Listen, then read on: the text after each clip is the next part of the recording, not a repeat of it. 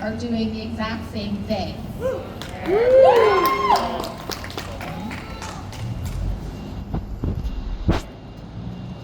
Okay, is this louder?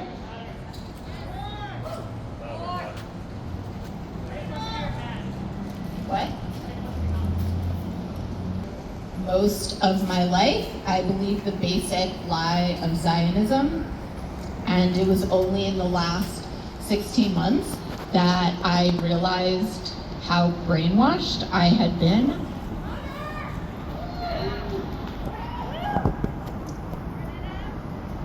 So the propaganda about Israel and negative propaganda about Palestinians is so commonplace, and it is a bipartisan issue. It is not just Trump, it is not just Republicans, it is Democrats, it was Biden.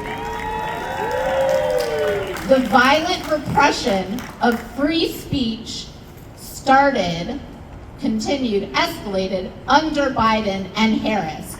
We all saw college students being viciously assaulted by police, by riot cops. And now Democrats are just sitting by as Trump and Elon Musk do whatever they want and fully implement a fascist dictatorship.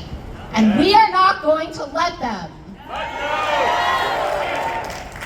We are going to stand up and fight back. What do we do when our rights are under attack? Stand up, fight back. What do we do when our rights are under attack? Stand up, fight back. Okay, we're gonna have some other speakers coming up. There's gonna be a short march in a little bit.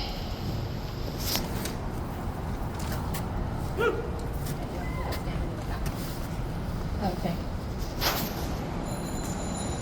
The U.S. government, for its entire history, has stripped the rights away from various groups of oppressed people. You must take up the struggle of the oppressed as your own, even if you feel safe and secure right now. We've watched as the Democratic Party throw immigrants and trans people under the bus, selling liberals the idea that this would somehow make them safe.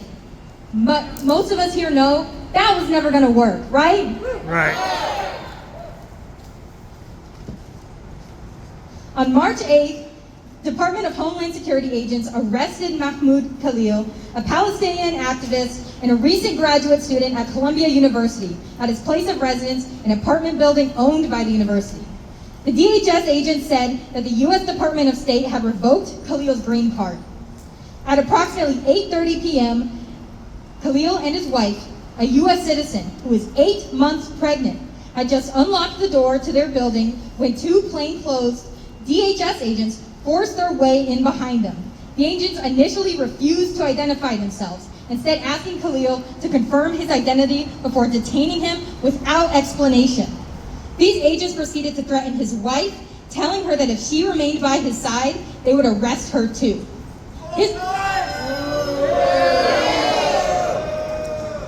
Later, the DHS agents stated that the U.S. Department of State had revoked Khalil's student visa, despite the fact that he has a green card, not a visa, and is a lawful permanent resident.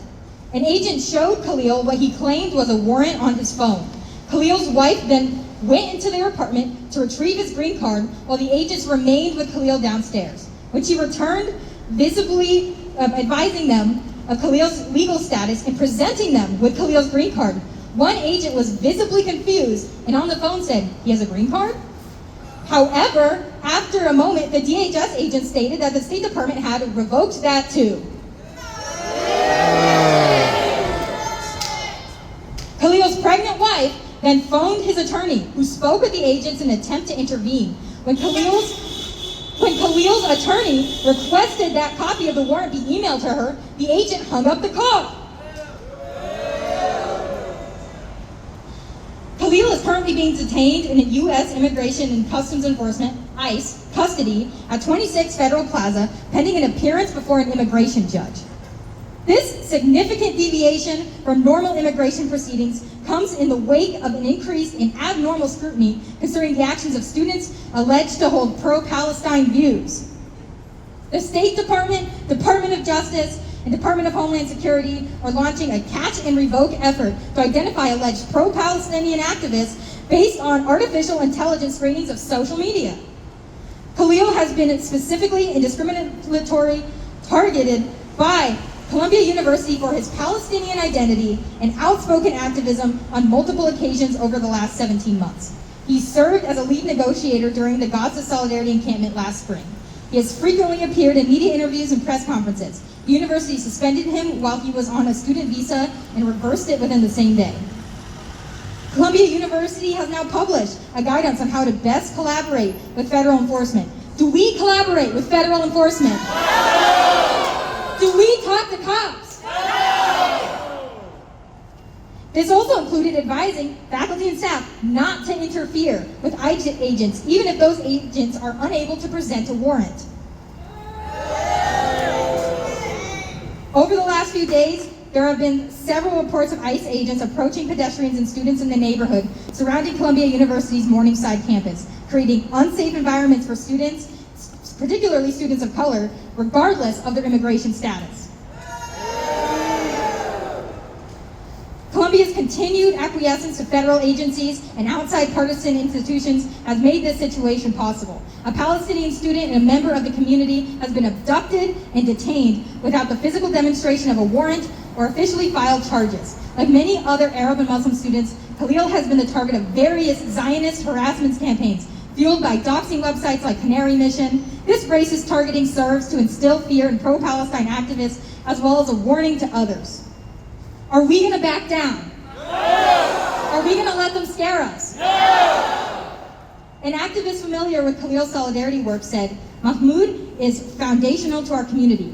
The state has escalated its repression of student opposition to the US-backed genocide in Palestine, in which Columbia and all American universities are complicit.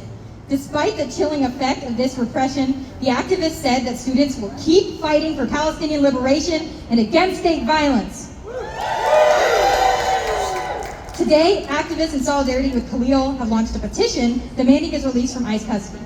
The petition can be found at bit.ly/freemahmoud. I also wanted to highlight another political prisoner. Political prisoner Malik Muhammad is facing repression and has been thrown in solitary confinement, again, without any clear rationale. This is an attempt at psychological torture.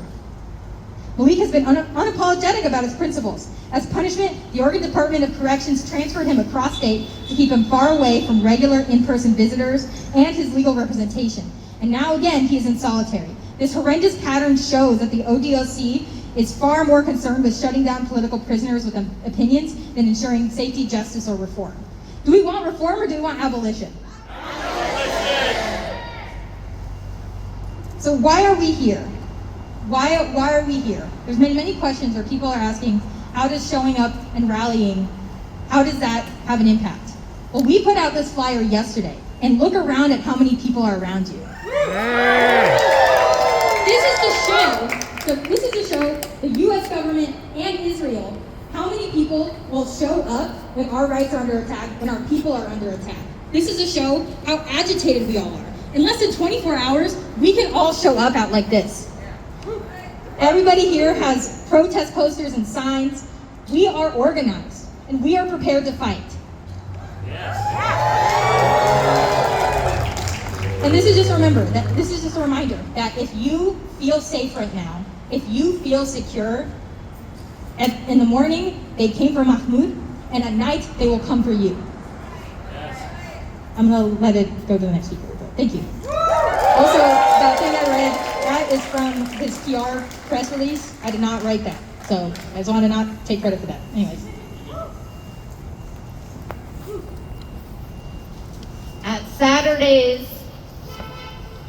At the International Women's Day March on Saturday, I said we can't wait until there's nobody left to speak for us. And this is what we're doing right now. We are not waiting. We are speaking up. Hey everybody. I'm Mog. I am a local coordinator with the Resist US-Led War movement. which is a global grassroots network fighting against US-led war and imperialism for a just and lasting peace worldwide. We stand here today because Mahmoud Khalil has been abducted by the state, because speaking out for Palestine has been criminalized, because the Trump administration, Columbia University, and every institution complicit in these fascist attacks want to silence us. But let them hear us now. We will not be deterred. We will not be silenced. Is that right? Let us not forget, Mahmoud's arrest is not an isolated event. It is part of a broader, systemic effort to crush the movement for Palestinian liberation. As Israel escalates its genocidal siege on Gaza, blocking aid, bombing refugee camps, and massacring entire families, the U.S. is escalating its war on those who dare to speak out. They fear the growing strength of this movement. They fear the truth that we speak, and they should. The genocide of Palestinians is also not an isolated event. It is one gruesome piece of the U.S. war machine's all-out siege against the people of the world. As the U.S. escalates its gluttony for natural resources, control of global markets, and cheap labor, it sacrifices the people over and over again to houselessness, back-breaking working conditions, and crushing displacement. And when the people stand up and fight back, like the rebels of Palestine, like Mahmoud Khalil, what do the billionaires do? Them, their politicians, their armies, their police wage full-on terror campaigns against us. From the children of Palestine crushed underneath US-made bombs, to Mahmoud Khalil being detained for exercising his right to free speech and just being Palestinian, the people over and over again are being targeted by the biggest military operation on the planet. Shea! Mahmoud Khalil's arrest shows us without a shred of doubt that the same war machine that funds Israel's military occupation is targeting our movements here at home. The police state that surveils and arrests activists like Mahmoud is the same one that sends billions of dollars in weapons to Israel. Lockheed Martin, Raytheon, Boeing, Amazon, these American corporations rake in profit from every bomb dropped on Gaza, every bullet fired at a Palestinian mother, every tear gas canister unleashed on a student protest, every activist put behind bars for speaking the truth. These are not isolated events. These are business deals made behind closed doors to keep the war profiteers rich and the United States powerful. They call our protests a threat to national security. They label student activists as extremists. They brand Palestinian liberation as terrorism. This is fascism in its clearest form. That's right! The criminalization of an entire people. The branding of resistance as a crime. The attempts to erase a history of struggle. But fascism is what happens when an empire is losing dying. The U.S. war machine is futile because Palestine will not be erased. Mahmoud Khalil will not be abandoned, and we will never stop resisting. No matter how many of us they detain, no matter how many bombs they drop, no matter how many people they sacrifice, we will not give up. They want us to be afraid. They want us to believe that speaking out comes at too high a cost. But history has proven otherwise. Oppressors have always feared resistance, and resistance has always won. Release Mahmoud, free Palestine, and U.S. militarism everywhere. No boots on the ground, no bombs in the air. U.S. out of everywhere. U.S. everywhere.